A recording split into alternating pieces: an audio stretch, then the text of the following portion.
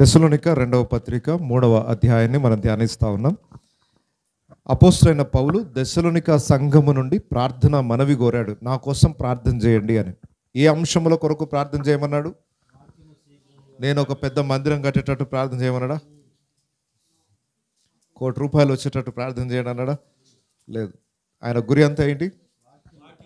కొంచెం నేను ఫేమస్ అయ్యేటట్టు, నా సబ్స్క్రైబర్స్ పెరిగేటట్టు.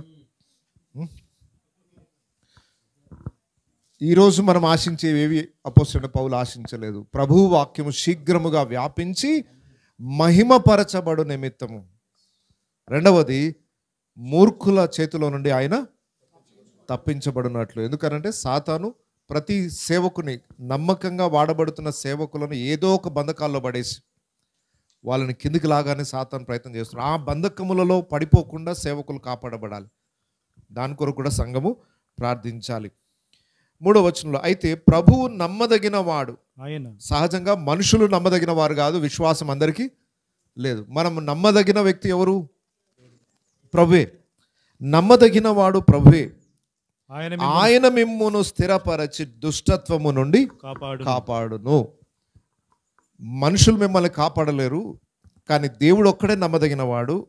ఆయనే మిమ్ములను కూడా దుష్టు నుండి ఏం చేస్తాడు? కాపాడుతాడు. అంటే ఇక్కడ ఎందుకు పౌలు ఈ మాట చెప్పాల్సి వచ్చిందంటే, అప్పటికే చాలా దుర్బోధ అక్కడికి వచ్చేస్తుంది.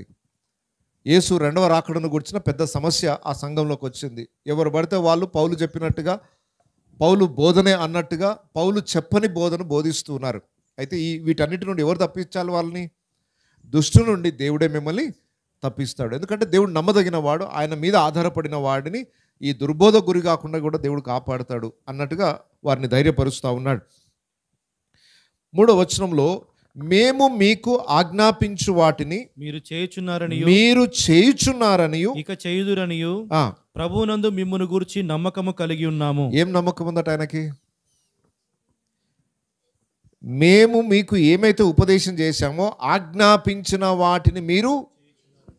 ఎంతమంది సేవకులు వాళ్ళ విశ్వాసులను గురించి ఈ మాట చెప్పగలరు? మేము ఆజ్ఞాపించుచున్న వాటిని మీరు చేయుచున్నారని నేను నమ్ముచున్నాను అని ఎంతమంది బోధకులు వారి విశ్వాసం గురించి ఈ సాక్ష్యం ఇవ్వగలరు? నువ్వెవరు మాకు ఆజ్ఞాపించడానికంటారా? ఈరోజు ఆజ్ఞాపించడం అనే పరిస్థితి ఉందా? మీ పెత్తనమేంది సార్ మా మీద? ఒకప్పుడు దైవ సేవకుడు ఏదైనా మాట ఇస్తే ఆజ్ఞలాగా తీసుకునే వాళ్ళని.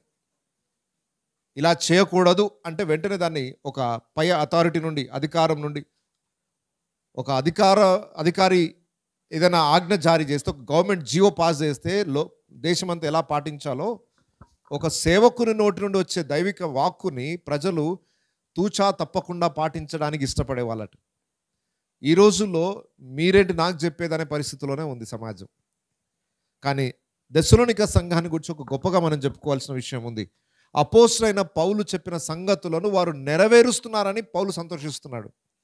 నేను మీకు ఆజ్ఞాపించిన వాటిని నెరవేర్చుచున్నారనియు చేయుదురనియు ఇక చేయుదురనియు ప్రభువునందు మిమ్మును గురించి నమ్మకం కలిగి ఉన్నాము. ఈ రోజు వరకు చేయడం కాదు, తర్వాత కూడా మీరు లోబడతారని నేను ప్రభువుని బట్టి నమ్ముచున్నాను అంటున్నాడు. ఆ నమ్మిక ఒక సేవకునికి కలగడం అంత ఈజీ కాదు. ఇప్పుడు ఇక్కడ ప్రకటిస్తున్నప్పుడు నాకేం నమ్మిక రావాలి? ఇక్కడ ప్రకటించేది వ్యర్థమైపోవట్లేదు. వారందరూ దానికి విధేయులు అవుతున్నారు, ఆ వాక్యానికి లోబడుతున్నారు, ఆ వాక్యాన్ని ప్రకారం జీవిస్తున్నారు.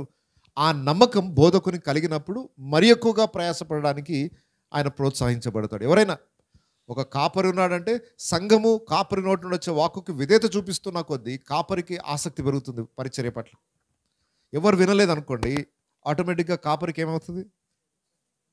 ఈ వేస్ట్గా వీళ్ళకి ఎంత చెప్పినా ఉపయోగం ఏముంది అని తన పరిచర్య మీదనే ఆసక్తి తగ్గిపోతుంది. ఆ పరిస్థితి విశ్వాసుల ద్వారా సేవకులకు కలగకుండా జాగ్రత్త పడాలి.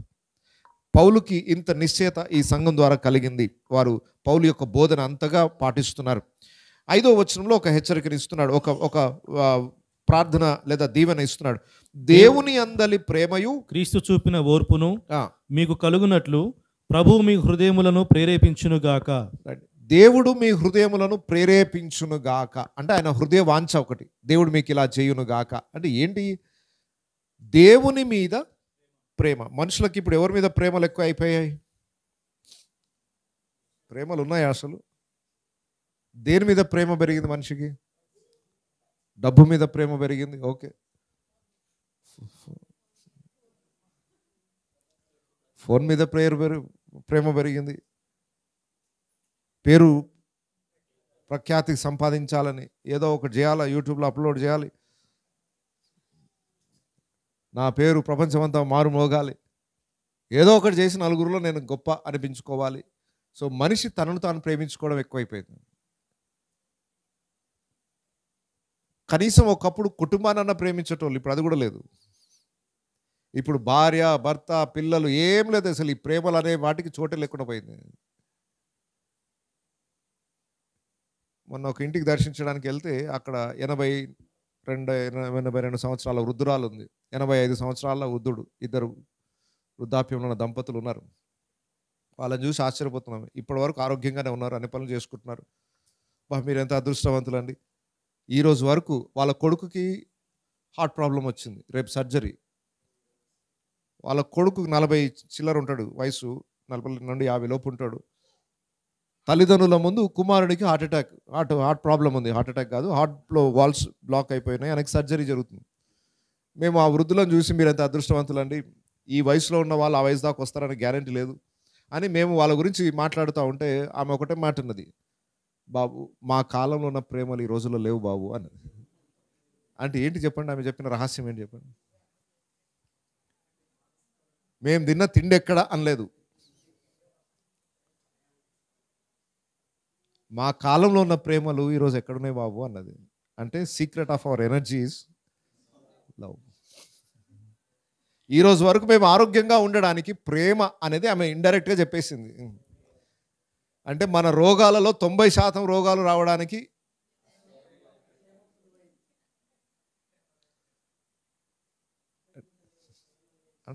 పెద్దమ్మ చెప్పింది, ఏం చెప్పలేదు, ఆమె అనుభవంతో చెప్పింది. అంటే ఈ రోజుల్లో మనిషి మానసికంగా, శారీరకంగా ఎందుకు ఒత్తిడికి గురవుతున్నాడు అంటే మనిషి ఏమి కొదువైపోయింది? ప్రేమ. అయితే మనుషుల మీద ప్రేమ మాత్రమే కాదు, ఎవరి మీద ప్రేమ తగ్గిపోతుంది? దేవుని మీద ఉన్న ప్రేమ కూడా మనిషికి తగ్గిపోయింది. అయితే పౌలు యొక్క కోరిక ఏంటి? మీరు దేవుని యందలి ప్రేమ క్రీస్తు చూపిన. రెండవది లోకంలో బాగా తగ్గిపోయింది ఏంటో చెప్పండి? ప్రేమతో పాటు ఎవరికి ఉందండి? ఓర్పు. బీపీ అందరికీ, ఎవరిని పట్టుకున్నా బీపీ పెరిగిపోతుంది. వయసుతో సంబంధం లేదు. ఈరోజు కొద్ది రోజులకు ఆ బీపీ మీటర్ చేంజ్ చేయాలేమో, అది మినిమమే 120 దగ్గర నుండి స్టార్ట్ చేయాలేమో దాన్ని.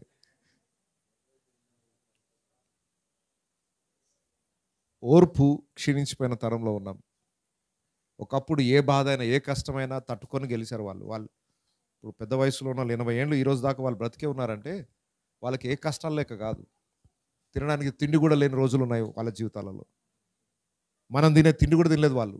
ఒక విధంగా చెప్పాలంటే మనం ఎన్ని రకాల ఫుడ్ ఐటమ్స్ తింటున్నాం, వాళ్ళకి ఏం లేదు. వాళ్ళు ఉన్నదేదో గంజో ఏదో ఒకటి తాగి దాన్ని బ్రతికారు. శరీరానికి అందవలసిన విటమిన్స్ ఏవి కూడా వాళ్ళకి అందలేదు అప్పుడు. అయినా దేవుని దయ వలన ఈరోజు వరకు ఆరోగ్యంగానే బ్రతుకుతున్నారు. ఓర్పు వాళ్ళ జీవితాల్లో ఉంది. ప్రేమ ఎక్కడ ఉంటుందో ఆటోమేటిక్గా ఏమొస్తుంది? దానికి తోడు ఓర్పు వస్తుంది. దేవుని అందలి ప్రేమ ఎప్పుడైతే ఉంటుందో క్రీస్తు చూపిన ప్రేమ ఆటోమేటిక్గా వస్తుంది. ఈ రెండు మన జీవితాల్లో ఉన్నాయా లేదా ఒకసారి పరీక్షించుకుందాం. నీ జీవితంలో అన్నిటికంటే ఎక్కువగా, అందరికంటే ఎక్కువగా యేసునందు నీ ప్రేమ ఉందా? రైట్. ఎవరికి వారం మన ప్రేమ మళ్ళీ ఏ రేంజ్లో ఉందో కూడా జ్ఞాపకం చేసుకోవాలి. ఎందుకంటే ఎఫెసీ సంఘాన్ని గురించి చెప్పేటప్పుడు మొదటి ప్రేమ మీలో ఈరోజు లేదంటాడు. సో ఈరోజు మనల్ని పరీక్షించుకుందాం. రక్షింపబడిన దినములలో, సేవా పరిచర్య ఆరంభించిన దినములలో ఉన్న అదే ప్రేమ ఈరోజు కూడా దేవుని మీద అదే ఉందా? ప్రేమ అదే ఉందని చెప్పొచ్చు నువ్వు మాటల్లో, కానీ ప్రేమ ఉన్నవాడు ఆయన కొరకు ఏం చేయకుండా కూర్చోడు.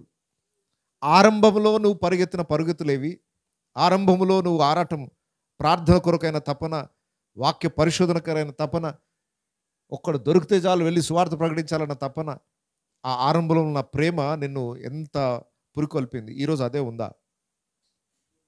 ప్రేమ ఉందనుకుంటున్నాం, దేవుని మీద ప్రేమ ఉంది, లేకుండా ఎవరు రాదు ఇక్కడికి. కానీ ఆ స్థాయిలో, అప్పుడు ఏమీ తెలియని స్థాయిలోనే దేవుని మీద ప్రేమలో మైమర్చిపోయామని. వాక్య జ్ఞానం లేదు, లోక జ్ఞానం లేదు, ఏమీ లేదు, కానీ యేసయ్య అంటే ప్రేమ. దానికోసం చావడానికైనా తెగించాం కదా ఆ రోజుల్లో. 10 కిలోమీటర్లు అంటే అమాంతంగా నడుచుకుంటూ వెళ్ళిపోయారు కదా. సైకిల్ మీద ఇద్దరిని ఎక్కించుకొని తొక్కుంటూ తీసుకెళ్లారు కదా. రాత్రి అనగా పగలనగా తిండి తిప్పలేక ఆ రోజు చేశారు కదా. మరి ఈరోజు ఎందుకు సనుగులు వస్తున్నాయి? ఈరోజు ఇంకా అంతకంటే బెటర్ ప్లేస్లో ఉన్నాం కదా. ఇప్పుడున్న పరిస్థితిని బట్టి మనం ఇంకా సనుగుతున్నాము అని అంటే, ఆ రోజున్న ప్రేమ ఈరోజు చల్లారిపోయినట్ట కాదా? ఆ రోజున ఆరాటం ఈరోజు లేదు, ఆ రోజున్న పరుగులు ఈరోజు లేవు, ఆ రోజు దేవుని కోసం ఏదో చేయాలన్న తృష్ణ ఈరోజు లేదు అంటే ఏం చల్లారిపోయింది?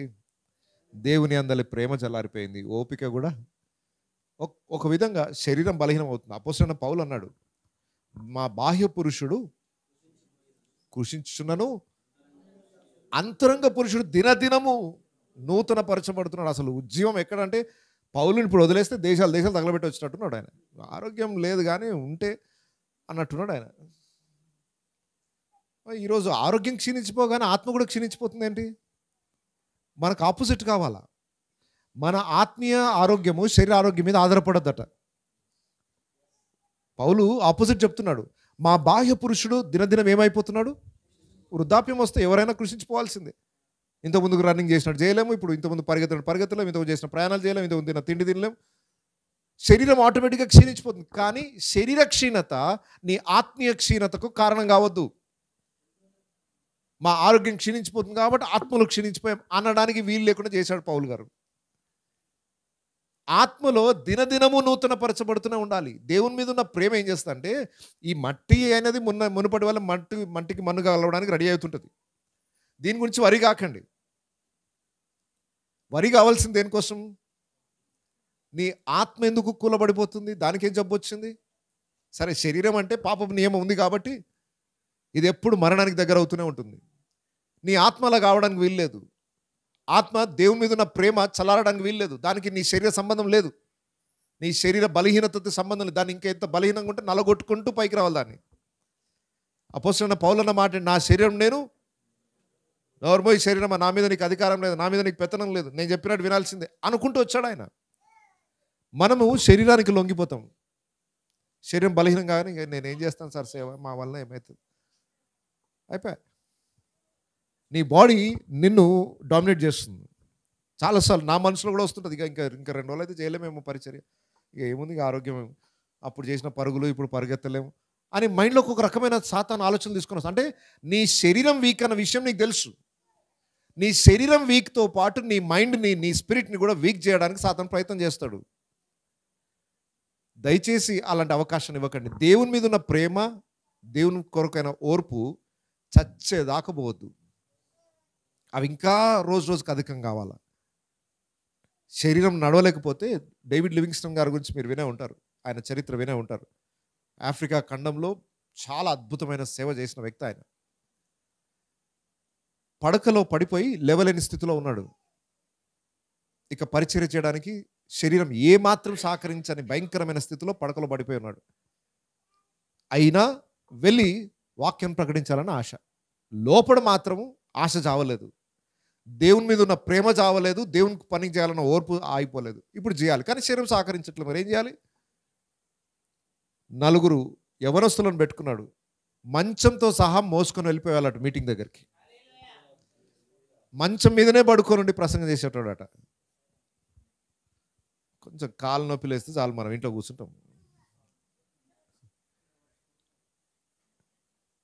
దేవుని మీద ఉన్న ప్రేమ, దేవుని కొరకైన ఓర్పు నీ శరీరాన్ని ఓడిపోయేటట్టు చేస్తుంది, ఆత్మ ఎప్పుడు ఉద్యోగంగా ఉంచేటట్టు చేస్తుంది.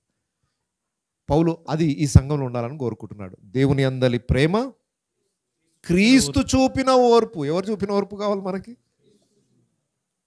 మనుషులలో అందరూ ఓర్పు లిమిట్ ఉంటుంది. కొంతవరకే మనం అందరం ఎవరైనా, మీకు చాలా ఓపిక ఎక్కువ సార్ అని ఎవరినైనా అన్నా 2 నిమిషాల తర్వాత తెలుస్తుంది ఆయన ఓర్పేటు. ప్రతి ఒక్కరి ఓర్పుకి ఒక లిమిట్ ఉంటుంది. ఇంతవరకు ఓర్చుకోగలుగుతాం, దాని తర్వాత ఇక నా వల్ల కాదనేస్తుంది. కానీ అందరికన్నా ఎక్కువగా ఓర్చుకున్నది, హై ప్లేస్లో ఉన్నది ఎవరు? అందుకొరకే ఆయనతో పోలుస్తున్నాడు. క్రీస్తు చూపిన ఓర్పు మీకు రావాలని కోరుకుంటున్నా. మనుషులు ఎవరు ఆ స్థాయికి రాలేదు, కానీ మీరు రావాలని నేను ఆశిస్తున్నాను. అంటే మనకు మోడల్ ఎవరు ఇప్పుడు? క్రీస్తు. ఆయన చూపిన ఓర్పు ఎక్కడెక్కడ మనకు కనబడుతుంది? అన్నిటికంటే ప్రత్యేకంగా ఆయన శిలువ మీద కనబడుతుంది మనకి. మరణము పొందునంతగా ఓర్చుకున్నాడు ఆయన. మౌనముగా సహించాడు. శారీరక వ్యాధి, శారీరక సమస్య, వేదన, మానసికంగా ఒత్తిడి, ఆత్మలో ఇంతమంది ప్రజల యొక్క శాపాన్ని భరిస్తూ నోరు తెరవకుండా ఎలా ఉండగలిగాడు ఆయన? నువ్వు నిజంగా దేవుని కుమారుడు అయితే దిగిరా అంటే ఎలా ఓర్చుకున్నాడు? అసలు ఆ బీపీ ఎలా కంట్రోల్ చేసుకున్నాడు? మనకు ఒక మాట అంటే రేంజ్లో పెరిగిపోతుంది బీపీ. సృష్టికర్త అయిన దేవుని పట్టుకొని ఉమ్ము వేసి, నువ్వు నిజంగా దేవుని కుమారుడు అయితే దిగిరా, చూస్తా నీ సంగతి ఏంటో అని ఒక్కొక్కడు మాట్లాడుతున్న మాటలు ఇంక బైబిల్ రాయలేదు. బహుశా వాళ్ళు ఎంత బూతులు మాట్లాడారో తెలియదు మనకి. ఎన్ని అనరాని మాటలు అన్నారో అన్ని అన్న ఆయన నోరు తెరవలేదు. ఎలా ఓర్చుకున్నాడు? ఆయన మనకు మాదిరిగా ఉండుటకు సమస్తమును సహించాడు. కాబట్టి యేసునందలి ప్రేమ, ఆయన చూపిన ఓర్పు మనందరికి రావాలని ఈరోజు మన ప్రార్థన కూడా అదే. ఏమేమో సాధించిన తర్వాత సంగతి, ఫస్ట్ దేవుని మీద ప్రేమ, రెండవది ఆయన చూపిన ఓర్పు. ఈ రెండు మనందరికి రావాలి. మనం అడుగుపెట్టి ప్రతి స్థలంలో ఈ కార్యాలు చూడాలి. అవి మీ హృదయములను ప్రేరేపించునుగాక. మనందరి హృదయాల్లో దేవా నీ కొరకైన ప్రేమ, క్రీస్తు చూపిన ఓర్పు అదే కలుగునట్లుగా మన హృదయం ఎప్పుడు ప్రేరేపించాలి. మన ప్రేరేపణలు ఒక్కటా రెండా? ఎన్ని రకాల ప్రేరేపణలు ఉంటాయో. అవసరమైన దానికి ప్రేరేపణలు రావు. ఎప్పుడైనా వచ్చిందా మీకు ఈ ప్రేరేపణ? ఓర్పు, క్రీస్తు చూపిన ఓర్పు నాకు రావాలి. ఎప్పుడైనా నీ హృదయం ప్రేరేపించిందా? దేనికో ప్రేరేపణలు వస్తాయి. నీకు రావాల్సిన ప్రేరేపణలు ఇవి. ఇది పరిశుద్ధాత్మ వలన కలిగే ప్రేరేపణలు. రైట్, నెక్స్ట్ 6వ వచనంకి వెళ్దాం. సహోదరులారా, మా వలన పొందిన బోధన ప్రకారము కాక అక్రమముగా నడుచుకుని ప్రతి సహోదరుని యొద్ద నుండి తొలగిపోవలనని మన ప్రభువైన యేసు క్రీస్తు పేరట మీకు ఆజ్ఞాపించుచున్నాము. రైట్, ఒకవేళ అదే నేను ఇప్పుడు చేస్తే ఏం చేస్తారు?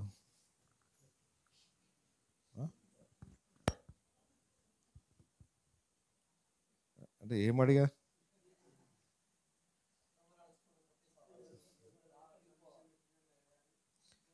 ఇప్పుడు మీరు ఇక్కడ వింటున్న వాక్యము వాక్యానుసారమైనదని ఎంతమంది ఒప్పుకుంటున్నారు?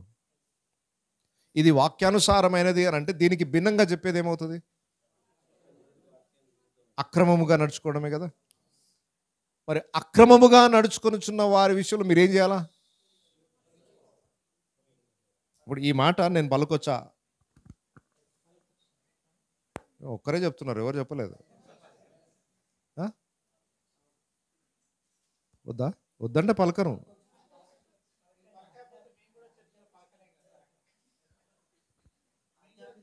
ఒకసారి చదవండి.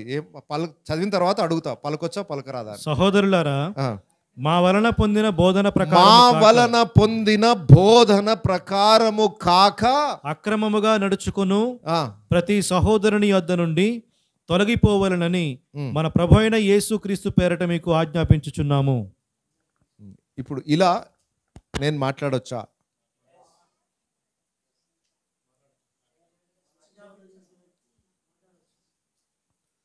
నూటికి 100% మాట్లాడవచ్చు. ఎందుకు ధైర్యంగా చెప్తున్నా తెలుసా? పౌలు గారు చెప్పిందే చెప్పినా నేను, వేరే చెప్పినా నేనేమన్నా? పౌలు పత్రికలే ధ్యానిస్తూ వచ్చాం మనం. ఆయన చెప్పింది కాక వేరేదైనా చెప్తే మీరు చేయొద్దు. ఆయన చెప్పిందే చెప్పడానికి నాకు 100% అర్హత ఉంది. నేను చేసిన బోధ నా నుండి వచ్చింది కాదు. ఏదైతే అపోజిట్ పౌలుకు దేవుడు ఇచ్చాడో యాజ్ ఇట్ ఈజ్గా అదే చదివించి అదే చెప్పాను అంతే. కాబట్టి ఈరోజు నేను ధైర్యంగా చెప్పగలను, సహోదరులారా, నా వలన పొందిన బోధన ప్రకారము గాక అక్రమముగా నడుచుకొనుచున్న వారికి ప్రతి సహోదరుని యొద్ద నుండి అని బ్రతిమిలాడుకొనుచున్నాను. కాదు, ఏమనుంది? ఇప్పుడు ఇన్ని దుర్బోధలు నడుస్తున్నాయి ఇక్కడ. సార్ అక్కడ ఇట్లా చెప్తున్నారు, ఇక్కడ ఇట్లా చెప్తున్నారు, ఇట్లా చెప్తున్నారు. నేనంటే ఎందుకు పోయి వింటున్నావు నువ్వు? నీకేం కర్మ అక్కడ పోయి వినడానికి? నువ్వు దుర్బోధ అని తెలిసిన బానే లేదు సార్, ఇంకా అక్కడికే పోతా. ఇంకా నీ కర్మ, అది నేనేం చేస్తాను. అపోస్తలుడైన పౌలు ఇచ్చిన హెచ్చరిక ఏంటంటే, దేవుని యొద్ద నుండి ఈ సందేశం వచ్చిందని నీకు తెలిసినప్పుడు, దీనికి భిన్నంగా ఒకడు బోధిస్తున్నప్పుడు ఏం చేయాలి నువ్వు? అరే ఇదేదో వాక్యానికి విరుద్ధంగా ఉంది, ఇది పౌలు బోధ కాదు అని నీకు అక్కడ స్మెల్ వచ్చినప్పుడే, కొంచెం దుర్వాసన వచ్చినప్పుడే, నో ఇక్కడ ఏదో అనుకూలంగా లేదు అని వదిలేసి వెళ్ళిపోవాలి. అక్కడికి వెళ్ళిపోయి బంధింపబడి నశించిపోయి నష్టమైపోయి, ఇప్పుడు నాకు అర్థమైంది అయ్యగారు, అప్పటి నుండి తెలిసింది కానీ ఏదో మారుతారేమో అనుకుని ఉన్నా అంటే అది నీ తప్పే. అది లోకములో భయంకరమైన అబద్ధ బోధలు ఒకప్పటి కన్నా ఇప్పుడు ఇంకా విస్తరిస్తున్నాయి. అది యూట్యూబ్ ద్వారా కూడా వింటున్నావు అనుకోండి, ఇమ్మీడియట్గా ఇది సరైన బోధ కాదన్నప్పుడు నువ్వు ఆయన ప్రసంగం వినొద్దు. మళ్ళీ ఒకసారి నీకేమవసరం, అదే పెట్టుకొని వింటుంటారు. నీకు అది తప్పు అని తెలిసినప్పుడు ఇంకొకసారి అది వినడానికి వీలు లేదు. బేసిక్గా యేసు ప్రభు దేవుడు అన్న సత్యమే తెలియదు. భయంకరమైన దుర్బోధకులు ఉన్నారు. యేసు దైవత్వాన్నే వ్యతిరేకించేవాడు ఈరోజు పాపులర్ అయిపోయాడు. లక్షల మంది ఫాలోవర్స్, క్రైస్తవులు. ఇది అక్రమం అని తెలిసి కూడా దాన్నే వింటున్నారు, దాన్నే చూస్తున్నారు, దాన్నే అనుసరిస్తున్నారు. సమయాన్ని, జీవితాన్ని, మనసుని వృధా చేసుకుంటున్నారు. దేవుడు త్రిత్వమై ఉన్నాడు అని ఇంత స్పష్టంగా బైబిల్లో ఎన్ని ఆధారాలన్నీ కావాల్సినవన్నీ చూపించి మీకు చెప్పాను. ఇంకొకటి వచ్చాడు త్రిత్వం లేదని బోధిస్తూ ఉన్నారు. ఇప్పుడు సీజన్ అది. ఒకప్పుడు జన్మ పాపం గురించి ఒక రౌండ్ అయిపోయింది. ఒక్కొక్క సీజన్లో ఒకటి అయిపోయింది. ప్రస్తుతం త్రిత్వం, దాంట్లో యేసు దైవత్వాన్ని గురించిన పెద్ద ఆర్గ్యుమెంట్. ఇప్పుడు మీకు తెలుసు ఎవరు త్రిత్వాన్ని అంగీకరిస్తున్నారు, ఎవరు త్రిత్వాన్ని అంగీకరించట్లేదు. ఇమీడియట్గా మీరు ఏం చేయాలి? దాన్ని ఫిల్టర్ చేయాలా? వాళ్ళు త్రిత్వాన్ని అంగీకరించట్లేదు, యేసు దైవత్వాన్ని అంగీకరించట్లేదు అనుకున్నప్పుడు ఏం చేయాలి మీరు అక్కడ నుండి? మరి ఆ మాత్రం కామన్ సెన్స్ ఎందుకు రావట్లేదు మీకు? ప్రతి మీటింగ్కి పరిగెత్తుడే. మీరు ఏదైనా తప్పు బోధ వింటారు, విని మనసులు పాడు చేసుకుంటారు. ఇక్కడికి వచ్చిన తర్వాత కొన్నిసార్లు సత్యాన్నే ప్రశ్నించే పరిస్థితి వస్తుంది. సందేహం అనేది ఏం చేస్తుందంటే కొన్నిసార్లు విశ్వాస భ్రష్టులంగా మార్చేస్తుంది. ఇది నిజమా అనుకుంటూ వస్తాడు సైతాను. వాడికి ఆ ఛాన్స్ ఎందుకు ఇవ్వాలి? అవును, 100% నిజమే అని చెప్పాలంతే. సో ఇక్కడ మీరు నేర్చుకుంటున్న తర్వాత కూడా మీరు దుర్బోధకు గురవుతే మాత్రం నేను చాలా ఫెయిల్ అయిపోయినట్టు అవుతున్నాను. మీరు ఇక్కడ వాక్యాన్ని విన్న తర్వాత కూడా మరలా దుర్బోధని వివేచించలేని పరిస్థితిలో ఉన్నా కూడా నేను ఫెయిల్ అయిపోయినట్టే. అది మీటింగ్ ద్వారా కానీ, అది యూట్యూబ్స్ ద్వారా కానీ, మీడియా ద్వారా కానీ, నాకు తెలిసినంత వరకు 100% బైబిల్లో లేనిది ఏది నేను ఇప్పటివరకు బోధించలేదు. బైబిల్లో ఉన్నదాన్ని ఉన్నట్టుగా, అవసరమైతే దాన్ని ఎక్కువ వివరించలేకపోవచ్చు, కానీ ఆ వచనాన్ని తప్ప వేరేది ఏది కూడా నాకు చెప్పడం నాకు తెలియదు. ఇంత స్పష్టంగా దేవుడు మాట్లాడుతున్నా కూడా ఈ బోధను కాకుండా చెప్పే బోధలు ఉన్నాయి. ఆ బోధలకు కూడా మీరు ఎందుకు చోటిస్తున్నారు? అలాంటి మీటింగ్స్కి ఎందుకు వెళ్తున్నారు? అది తప్పని తెలుసు, మీకు తెలుసు, మీ మనసాక్షి చెప్తుంది అది. అరే ఇక్కడ రాంగ్ చెప్తున్నారు, ఇక్కడ సరిగ్గా లేదు అని తెలిసిన దానికి ఇంకెందుకు మీ సమయాన్ని వృధా చేసుకుంటున్నారు? ఏం ఆశించి వెళ్తున్నారు? పోనీ బోధ సరిగ్గా లేదు సార్, కానీ వేరే బెనిఫిట్స్ వస్తున్నాయి. ఇదేనా ఇన్ని రోజులు మీరు నేర్చుకుంది? బెనిఫిట్స్ ఉంటే బోధ కాంప్రమైజ్ అయిపోదామా? బెనిఫిట్స్ కోసము బోధ కాంప్రమైజ్ అయిపోదామా? నో. ఈరోజు కొన్ని వదులుకోవడానికి ఇష్టపడకపోతే రేపు విశ్వాస భ్రష్టులు అయిపోవడం ఖాయం. పౌలు బోధ వినే ఎంతోమంది విశ్వాసం విని కూడా స్థిరత్వం లేకుండా వెళ్ళిపోయి దుర్బోధకు గురైపోయి నశించిపోయిన వాళ్ళు ఉన్నారు. ఎవరి జీవితం వారి చేతుల్లో ఉంది. సో గమనించండి, పౌలు అందుకొరకే చాలా స్పష్టంగా చెప్తున్నాడు, నేను చెప్పిన బోధ ప్రకారము కాక అక్రమముగా నడుచుకొను ప్రతి సహోదరుని యొద్ద నుండి. వాడు క్రిస్టియన్సే సార్ కావచ్చు, వదిలేసి బయటికి రా. నీ క్షేమం కాదు అది. నీ సంఘం పాడవుతుంది, నీ బోధ మారిపోతుంది, నీ ప్రవర్తన మారిపోతుంది. వీళ్ళు ఎంత పెద్ద దుర్బోధకులు అంటే అపోస్తలైన పౌలును కూడా ఒక పెద్ద పాపిస్టుని చేశారు. మీరు వాళ్ళ గ్రంథాలు చదివితే తెలుస్తుంది. వాళ్ళు అసలు బోధకులుగా ఉండడానికి తగరు. ఎందుకు ప్రజలు వాళ్ళ బోధనలు వింటున్నారు? మీటింగ్ పెట్టగానే లక్షల మంది వస్తున్నారు, వేల మంది వస్తున్నారు. ఎందుకు ఇలా జరుగుతుంది? ప్రజలు వివేచించలేని స్థితిలోకి వెళ్ళిపోయారు. ఏది చెప్పినా వింటున్నారు అంతే. అన్నీ వినడానికి సమయం లేదు మనకు. వారి యొద్ద నుండి మీరు తొలగిపోవాలనని మన ప్రభు అయిన యేసుక్రీస్తు పేరట మీకు ఆజ్ఞాపించుచున్నాను.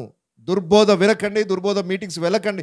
మీ మనస్సాక్షిగా దేవుడు చెప్తూనే ఉంటాడు, ఇది రాంగ్ రాంగ్ అని చెప్తున్నా కూడా ఇంకా వేరే ఏ కారణమైనా కావచ్చు, అక్కడ బోధ సరిగ్గా లేదు, వాక్యానికి భిన్నంగా ఉందంటే ఇమ్మీడియట్గా అక్కడ లేచి బయటకు వచ్చేసేయండి. నేనైతే ఉండలేను. ఎక్కడ ఒక బోధ ఎవరైనా సరిగ్గా చేయట్లేదు, అక్కడ దేవుని వాక్యం విరుద్ధంగా జరుగుతుందంటే మధ్యలో లేచి బయటకు వెళ్ళిపోతున్నాను. నా వల్ల కాదు, మనస్సాక్షి గద్దిస్తుంది లోపల. ఇది రాంగ్ ప్లేస్లో ఉన్నావు, నువ్వు ఇక్కడ కూర్చోవద్దు, నువ్వు ఇంకెక్కువసేపు వినలేను, అది మధ్యలో లేచి వెళ్ళిపోవాల్సిందే. ఈ దేవునికి మహిమకరంగా అక్కడ కార్యం జరగట్లేదు, లేచి వెళ్ళిపోండి అక్కడ నుండి. నువ్వు అక్కడ ఉండడం మర్యాద కాదు, వెళ్ళిపోవడమే మర్యాద. ఎక్కడైనా, అది ఇక్కడైనా కూడా వాక్యానికి విరుద్ధంగా ఏమైనా జరుగుతుందో లేచి అమాంతంగా వెళ్ళిపోండి, అది మీ క్షేమం. ఎక్కడైనా కానివ్వండి, ఆ పద్ధతి మనం నేర్చుకుంటే మన ఆత్మీయ జీవితాన్ని కాపాడుకుంటాం, మన సంఘాలను కాపాడుకుంటాం.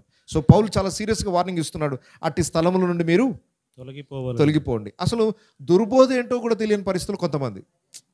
ఇప్పుడు ఇది దుర్బోధాన్ని తెలిసి ఫాలో అవుతున్నారు కొందరు, కొందరికి దుర్బోధాన్ని గ్రహించట్లేదు. మరి అదే కదా సార్ మా ప్రాబ్లం, అంతేనా? ఇది కరెక్ట్ బోధన రాంగ్ బోధన గుర్తుపట్టలేకపోతున్నాం మనవారు అంటే చెప్పే కదా. గుర్తుపట్టలేకపోతే చేయొచ్చు, మీరు నష్టమేం లేదు.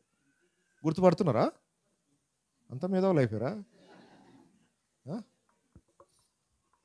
ఒకటి రెండు వింటే గుర్తుపట్టలేమేమో, కొన్నిసార్లు మోసపోతాం. ఒకటి విన అరే చాలా బాగుంది అనుకుంటాం, సరే ఒకటి గుర్తుపట్టి మోసపోవచ్చు. కానీ 2-3 వినే లోపు నీకు అర్థమైపోతుంది. ఒకటి చాలా అద్భుతమైన ప్రసంగం ఉంటుంది, కానీ రెండవది మూడవది వింటుంటే మీకు ఏదో ఒక రోజు దాని లోపల ఉన్నది అసలు పదార్థం బయటకు వస్తుంది. బయట ఎంత మంచి కోటెడ్ ప్రసంగాలున్నా 2-3 రోజుల తర్వాత 2-3 ప్రసంగాలు వినేసరికి మీకు అర్థమైపోతుంది లోపల నుండి, నిజంగా ఆత్మలో వివేచన కలిగితే. అయితే ఒక దుర్బోధన కాదా గుర్తుపట్టడం చాలా ఈజీ. ఎట్లా చెప్పండి? బైబిల్ 100 సార్లు చదవాలా?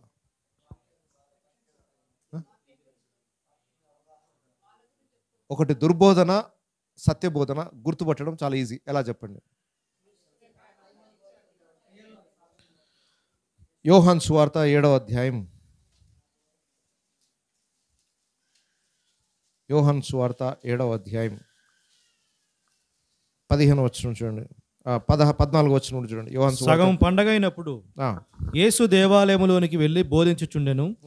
యూదులు అందుకు ఆశ్చర్యపడి చదువుకొనని ఇతనికి ఈ పాండిత్యం ఎట్టు వచ్చనని చెప్పుకొనిరి. అందుకు యేసు, నేను చేయు బోధ నాది కాదు, నన్ను పంపిన వానిదే. ఎవడైనను ఆయన చిత్తము చొప్పున చేయి నిశ్చయించుకుని ఎడల ఆ బోధ దేవుని వలన కలిగినదో లేక నా అంతటా నేనే బోధించుచున్నానో వాడు తెలుసుకొనును. ఆగండి. ఇది దేవుని నుండి వచ్చిన బోధన, లోక మనుషుల నుండి వచ్చిన బోధన ఎలా గుర్తుపట్టవచ్చు? ఎవరు గుర్తుపట్టగలుగుతారు? ఎవడైనను ఆయన చిత్తము చొప్పున చేయ నిశ్చయించుకొనిన ఎడల బోధ గుర్తుపట్టేస్తాడు. 100 సార్లు మీరు బైబిల్ చదివినా బోధన గుర్తుపట్టలేరు. బైబిల్ పిహెచ్డీలు ఎన్ని డివినిటీ కోర్సెస్ చేసినా కూడా మీరు గుర్తుపట్టలేరు. ఎవరు గుర్తుపడతారు చెప్పండి? నీ హృదయం యథార్థంగా ఉండి, దేవా నువ్వు ఏం చెప్తే అది చేయడానికి నేను సిద్ధంగా ఉన్నాను నాయన. దేవుని చిత్తానికి విధేయత చూపించాలనుకున్న వాడిని దేవుడు ఎలాగైనా దుర్బోధ నుండి తప్పించేస్తాడు. అలాంటి వాడిని దుర్బోధ గురి కానివ్వడు. ఎందుకంటే యథార్థమైన హృదయం, దేవా నీ చిత్తం ఏది ఉంటే అది నేను లోబడడానికి సిద్ధంగా ఉన్నా. ఆయన చిత్తము చేయ నిశ్చయించుకొనిన వాడికి అర్థమైపోతుంది ఇది దుర్బోధ, ఇది కరెక్ట్ బోధ. పెద్ద పాండిత్యం ఏమి అక్కర్లేదు. నీ హృదయం దేవుని గణపరచాలని సిద్ధంగా ఉంటే చాలు, నిన్ను ఆటోమేటిక్గా తప్పించేస్తాడు దేవుడు. నీ మనసాక్షి ద్వారా దేవుడు చెప్తున్నాడు, ఇది రాంగ్, ఇక్కడికి వెళ్ళిపో, ఇక్కడ ఉండొద్దు, ఇది వినొద్దు, ఇది నీకు క్షేమం కాదు. లోపల నుండి మనసాక్షి ద్వారా దేవుడు మాట్లాడు. నీకేం వాక్య జ్ఞానం లేకపోయినా దేవుని ఆత్మ ద్వారా దేవుడు మాట్లాడుతుంటాడు. సో దేవుని చిత్తాన్ని నెరవేర్చడానికి నిశ్చయించుకోండి. దేవుడు ఈ భయంకరమైన ప్రమాదాల నుండి తప్పిస్తాడు. నెక్స్ట్ 7వ వచనం. ఎలాగు మమ్మను పోలి నడుచుకునవలెనో మీకే తెలియను, మేము మీ మధ్యను అక్రమముగా నడుచుకొనలేదు. సో ఇప్పుడు పౌలు ఈ అక్రమముగా నడుచుకున్న వారి నుండి తొలగిపోండి అని అంటూ, మరి మేము క్రమంగా నడవాలి కదా ఆ మాట అనాలంటే. ఇప్పుడు నేనే అక్రమంగా నడుస్తూ నన్ను ఫాలో కండి అని చెప్పే అధికారం ఉందా? నో. బోధిస్తున్న మనము ఇంకొకరిని ఫాలో కాకండి అని అంటే మరి నిన్ను ఫాలో కావాలి కదా. మరి నిన్ను ఫాలో కావాలంటే నువ్వు ఫాలో కావాల్సిన లక్షణాలు ఉండాలి కదా. పౌలుకున్నాయి ఆ లక్షణాలు? ఆయన ఉన్నాయి కనుకనే ధైర్యంగా చెప్పగలిగాడు, నేను క్రీస్తును పోలి నడిచినట్లు మీరు నన్ను పోలి. అయితే నన్ను పోలి ఎలా నడుచుకోవాలో మీకు బాగా తెలుసు అంటున్నాడు. అంటే ఈ సంఘము వాళ్ళు, నేను చెప్పాను మీకు ఇంత మునిపే, పౌలు ఎన్ని రోజులు ఉన్నాడు వాళ్ళ ఊర్లో? 3 వారాలలో పౌలుని మొత్తం స్టడీ చేసేసారు వాళ్ళు. పౌలు లాగుండాలంతే ఉంటే అని డిసైడ్ అయిపోయారు వాళ్ళు. పౌలు చేసినట్టే చేయాలి, పౌలు మాట్లాడినట్టే మాట్లాడాలి, పౌలు నడిచినట్టే నడవాలి అని డిసైడ్ అయిపోయారు 3 వారాలలో. 30 ఏళ్ళ నుండి చేసినా ఇంకెవరు డిసైడ్ కావట్లే.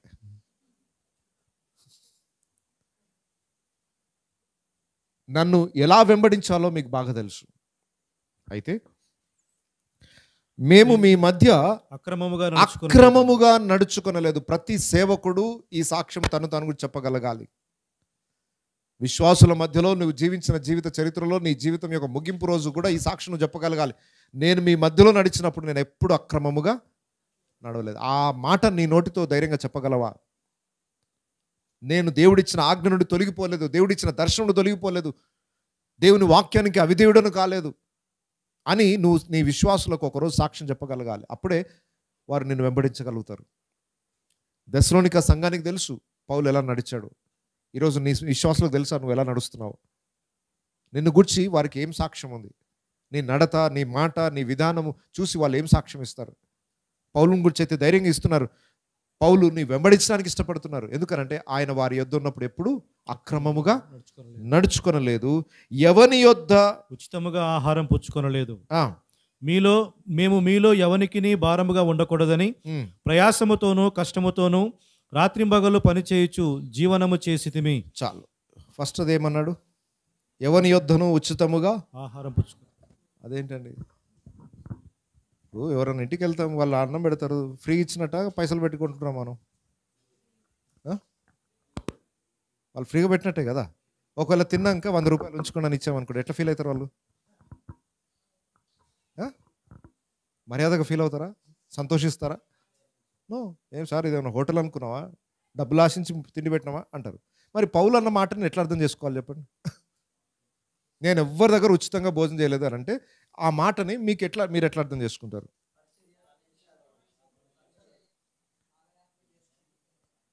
ఆ రోజుల్లో పరిస్థితి ఏమైందనంటే సేవకులు వచ్చారంటే తిండి కోసమే వస్తారన్న పేరు వచ్చేసింది.